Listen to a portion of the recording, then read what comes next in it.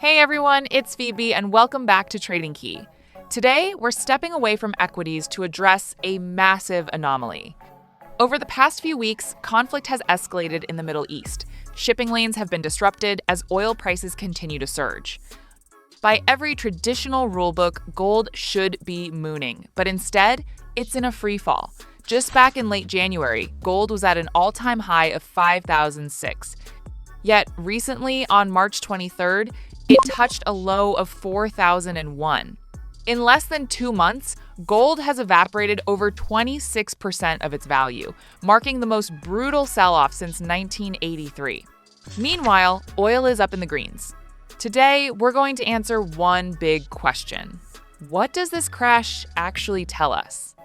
To find out, we'll have to stress test a 50-year-old investment rule that has a massive hidden bug. Before we dive in, just a quick reminder that this is for research and sharing purposes and does not constitute investment advice. Understanding the logic is always more important than the trade itself. Does war equals gold rally? In 1973, the OPEC oil embargo sent crude up 300%. Gold followed, eventually peaking at $850 in 1980. And therefore, this goes without saying that the intuition that war drives gold was conditioned into us by history. But there's a flaw in this rationale. Let's set things straight. War itself does not move gold. The only variable that matters is whether the conflict makes the market doubt the US dollar system. Now, that's the key. The flow of asset allocation happens in tiers. Tier 1 is exiting equities for cash. Tier 2 is moving into US dollars and treasuries. As long as the dollar's credit is intact, capital stays at Tier 2. Gold only shines at Tier 3, which is triggered only when the dollar and treasuries themselves become sus. With the ongoing Iran conflict, the US dollar's status remains unchallenged, and capital did exactly what it was supposed to do. It fled stocks and hid in dollars and bonds.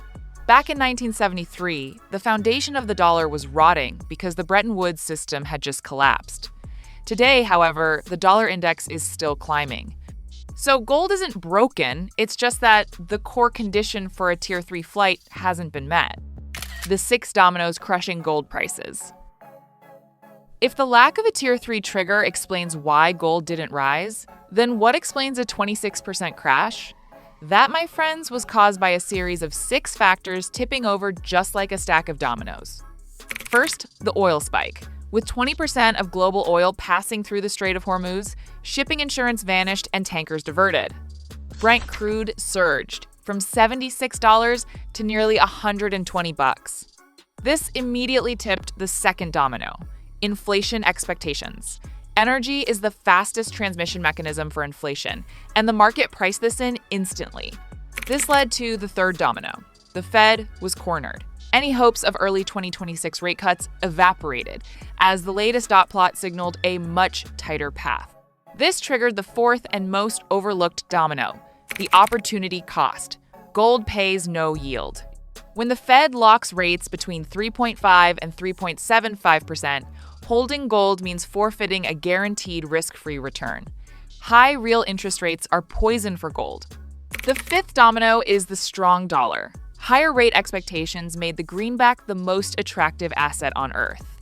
Since gold is priced in dollars, a stronger currency makes it more expensive for global buyers, systematically suppressing demand. Finally, the sixth domino, the liquidity stampede. Gold was the most crowded trade of 2025, surging 115% in a year. The market was packed with high-leverage long positions held by retail investors who caught the tail end of the rally.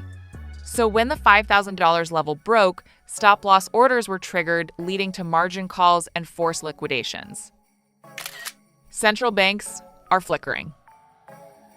Beyond the dominoes, there's been a structural shift: central bank divergence. From 2022 to 2024, global central banks were the backbone of the gold bull market, buying over 1,000 tons annually. In 2025, however, that dropped by 20% to 800 tons. Even the People's Bank of China slowed its pace to its lowest incremental increase in years. The Polish central bank even suggested they might sell gold reserves to fund defense spending. If the strongest structural buyers of the last 3 years start to flicker, this means that the floor for gold becomes much softer. Gold strategy for 2026. If you are currently holding gold, ask yourself this: is the story that made you buy still true?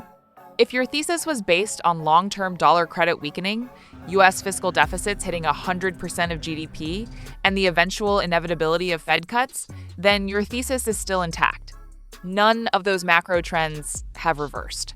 If you bought for the long term and aren't using leverage, this 26% drop is a massive washout of the paper hands, not the end of the secular bull market.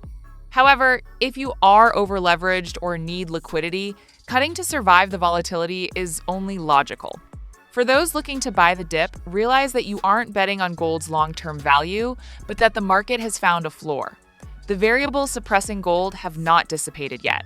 Yet, true buying opportunities don't usually happen historically on the first bounce. They happen during the grind, when everyone else has given up in frustration. The key point today is gold isn't moved by war. It's moved by the opportunity cost of holding it. That cost is driven by real rates, which are currently being held hostage by oil-driven inflation. Eventually, the oil shock will fade, and the Fed will pivot. When that day comes, the capital will return, and usually faster than anyone expects. Now, when do you think gold will start to shine again? Meanwhile, will you still be in the game? Let me know your current strategy in the comments down below. Thanks for joining me today. If you found this video helpful, remember to subscribe to TradingKey. Give this video a like and share it with a friend who might just benefit from learning this too. With that, I'll see you in the next one.